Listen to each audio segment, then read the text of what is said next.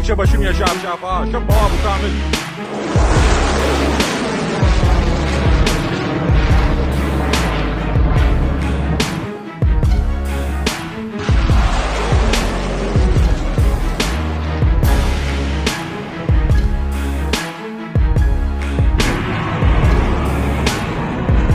अस्सलाम वालेकुम दोस्तों, आज 10 अगस्त है। मैं आपका दोस्त नदीम अकरम हाजिर हूं मिडल ईस्ट की 14 बड़ी अहम खबरों के साथ।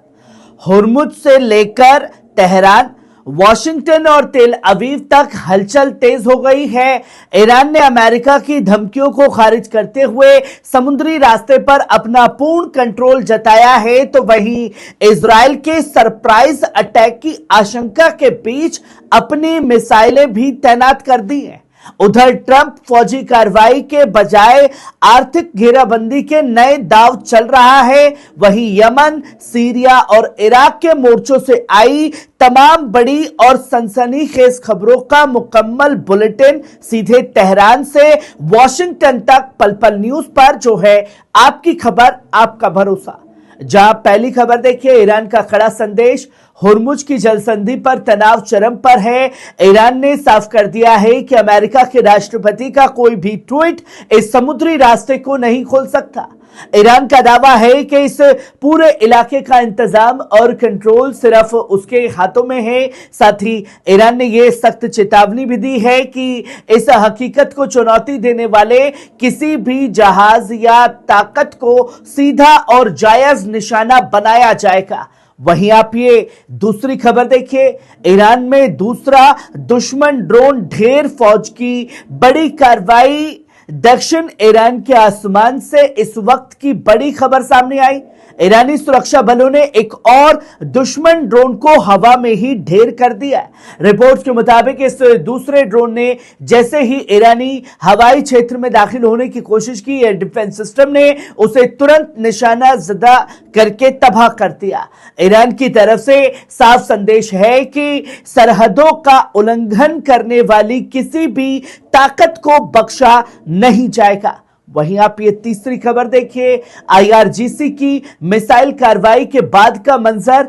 दोस्तों, ओमान के समुद्री तट से बड़ी खबर सामने आई। ईरानी रिवोल्यूशनरी गार्ड आईआरजीसी की नौसेना द्वारा दागी गई मिसाइलों के बाद एक जहाज में भीषण आग लगने के नए मंजर सामने आए हैं।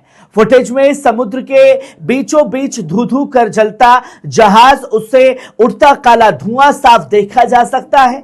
मिसाइल स्ट्राइक के बाद जहाज को भारी नुकसान पहुंचा है और इस इलाके में तनाव अपने चरम पर पहुंच गया है। वहीं आप ये चौथी खबर देखिए, अर्ली वार्निंग एयरक्राफ्ट और फाइटर जेट्स एक्टिव हो चुके हैं। दोस्तों, मिडल ईस्ट के आसमान पर बड़ी सैन्य हलचल है। कुवैत के नजदीक E-3G अर्ली वार्निंग एयरक्राफ्ट के एक्टिव होते ही जंग के बादल और गहरे हो गए हैं। हुर्मुज की जलसंधि के पास कई फाइटर जेट्स और हवा में ईंधन भरने वाले टैंकर विमानों की लगातार उड़ानें देखी जा रही हैं। आसमान के एयरक्राफ्ट की इस भारी तैनाती से साफ है कि इस रणनीतिक इलाके में कोई बड़ी कार्रवाई या निगरानी अभियान जारी है। वहीं आप ये पांचवी खबर देखिए, सीरिया में अहले अल बस का हमला। दोस्तों, सीरिया के दरा से बड़ी खबर है। इस्लामिक रेजिस्टेंस संगठन अहल अल बस ने पश्चिमी डा में स्थित इजरायली सैन्य ठिकाने पर मिसाइल हमले की फुटेज जारी की है। रिपोर्ट के मुताबिक जजीरा बैरक के अंदर मौजूद अल आकू बेस को निशाना बनाकर कई मिसाइलें दागी गईं। इस वीडियो के सामने आने के बाद इलाके में सरहदी तनाव और जंग का खतरा ज्यादा बढ़ गया है। वहीं आप ये छठी खबर देखिए, कांगो में ईरानी दूतावास का तंज। दोस्तों, अमेरिकी फौज के गोला बारूद अब सियासी तंज भी शुरू हो चुका है। कांगो में ईरानी दूतावास ने ट्रंप के बयानों का मजाक उड़ाते हुए एक तीखी टिप्पणी की है। ट्रंप के विशाल गोला बारूद के दावों पर सवाल उठाते हुए दूतावास ने पूछा कि अगर सब ठीक है तो फिर इस किल्लत का रोना क्यों। इस बयान के बाद सोशल मीडिया पर दोनों देशों के बीच ज़बानी जंग और ज्यादा तेज हो चुकी है। वहीं आप ये 7वीं खबर देखिए, अकरम अल काबी का बड़ा बयान। दोस्तों, इराक से इस वक्त बड़ी खबर आई। हरकत अल नुजबा के प्रमुख शेख अल अकरम अल काबी ने अमेरिका के खिलाफ मोर्चा खोल दिया है। काबी ने सोशल मीडिया पर ट्वीट कर कहा कि इराक में अमेरिका का असली मकसद निवेश के बहाने यहां की दौलत और संसाधनों को लूटना है।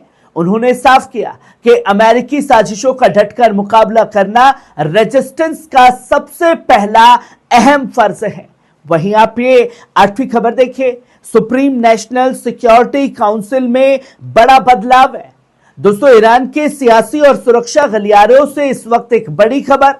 सर्वोच्च नेता अयतुल्ला सैयद मुस्तफा खमेनी ने डॉक्टर मोहसिन रजाई को सुप्रीम नेशनल सिक्योरिटी काउंसिल में अपना नया नुमाइंदा नियुक्त किया है। जारी किए गए आधिकारिक फरमान में अयतुल्ला खामेनी ने डॉक्टर रजाई के लंबे तजुर्बे और 8 साल की जंग के दौरान उनके योगदान की सराहना की।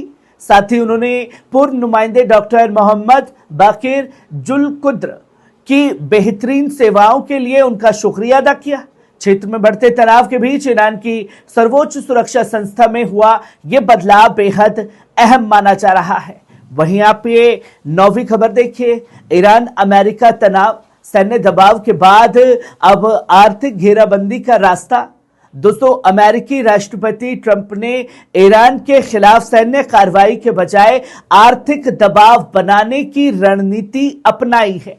उन्होंने साफ कहा कि वे सिर्फ अर्ध बातचीत कर रहे हैं और ये सब शतरंज के खेल की तरह है। दूसरी तरफ ईरान ने अमेरिका के साथ किसी भी सीधी बातचीत से इनकार करते हुए हुर्मुज की जलसंधि को खोलने के लिए 300 अरब के हर्जाने फ्रीज किए गए।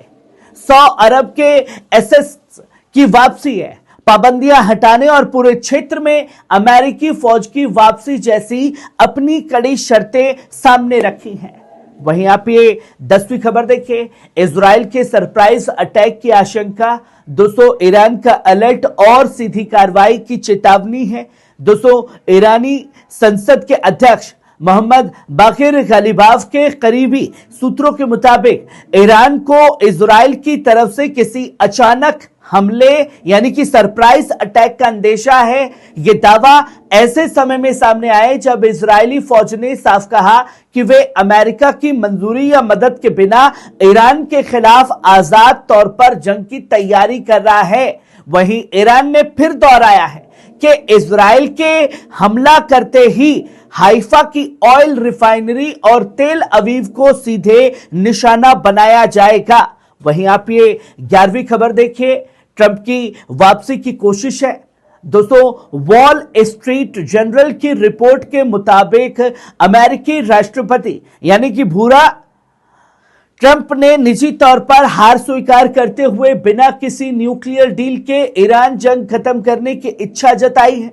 ट्रंप अब सिर्फ हुर्मुज की जलसंधि को दोबारा खुलवाकर अपनी जीत का ऐलान करना चाहता है। हालांकि ईरान ने इस रास्ते को खोलने के एवज में 300 अरब हर्जाने और 100 अरब के फ्रिज एसेस की वापसी, तमाम पाबंदियां हटाने और पूरे इलाके से अमेरिकी फौज की वापसी जैसी बेहद कड़ी शर्तें रखकर ट्रंप के लिए वापसी का रास्ता और मुश्किल कर दिया है।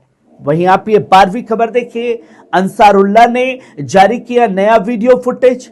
दोस्तों, यमन के मोर्चे से भी बड़ी खबर। अंसारुल्लाह ने सऊदी फौज और उनके असला खानों पर हुए भीषण मिसाइल और ड्रोन हमलों का वीडियो जारी कर दिया है। फुटेज में कई बैलिस्टिक मिसाइलों और ड्रोन को एक साथ लॉन्च होते हुए सटीक निशाना साधते देखा जा सकता है। अंसारुल्लाह का दावा है कि इस हमले में सऊदी सुरक्षा बलों के कई गुप्त ठिकानों और हथियारों के डिपो पूरी तरह तबाह हो गए हैं, जिससे इस पूरे इलाके में सैन्य तनाव और ज्यादा बढ़ गया है। वहीं आप ये 13वीं खबर देखिए, ट्रंप का ईरान पर नया बयान सामने आ गया। दोस्तों, ईरान संकट पर अमेरिकी राष्ट्रपति डोनाल्ड ट्रंप का बड़ा बयान सामने आया है। पत्रकार बराक राविद के मुताबिक ट्रंप ने साफ किया कि अमेरिका किसी समझौते या सैन्य कार्रवाई के लिए जल्दबाजी में नहीं है। ट्रंप ने यह भी कहा कि उनका पूरा ध्यान इस वक्त ईरान को भारी महंगाई और आर्थिक दबाव के जरिए कमजोर करने पर है। अमेरिका की रणनीति साफ है, बिना नए सैन्य हमलों के आर्थिक घेराबंदी के जरिए ईरान पर दबाव बनाए रखना मुश्किल होता जा रहा है। वहीं आप आखिरी और 14वीं खबर देखिए, ईरानी सदर मसूद पेजाशकिन का बड़ा बयान। दोस्तों, ईरान के सदर मसूद पेजाशकिन ने यह ऐलान किया है कि जंग के चरम दौर के मुकाबले अब इलाकाई मुल्कों के साथ ईरान के रिश्ते पर तालमेल लगातार बेहतर हो रहे हैं। उन्होंने बताया कि पाकिस्तान पूरी शिद्दत से सहयोग कर रहा है, जबकि अफगानिस्तान, तुर्कमेनिस्तान और इराक के साथ भी ताल्लुकात बेहद मजबूत हैं। पेजाशकिन के मुताबिक अजरबैजान के साथ 2 घंटे की गुफ्तगू के बाद उन्होंने रोके गए तमाम रास्ते, बैंक और दूतावास दोबारा खोल दिए हैं, जो तस्वीरें लगातार लोगों के सामने आ रही हैं। दोस्तों, ये थी मिडल ईस्ट की आज की 14 बड़ी अहम खबरें। आपको कैसी लगी कमेंट बॉक्स में आकर के अपनी राय जरूर दीजिएगा। शुक्रिया।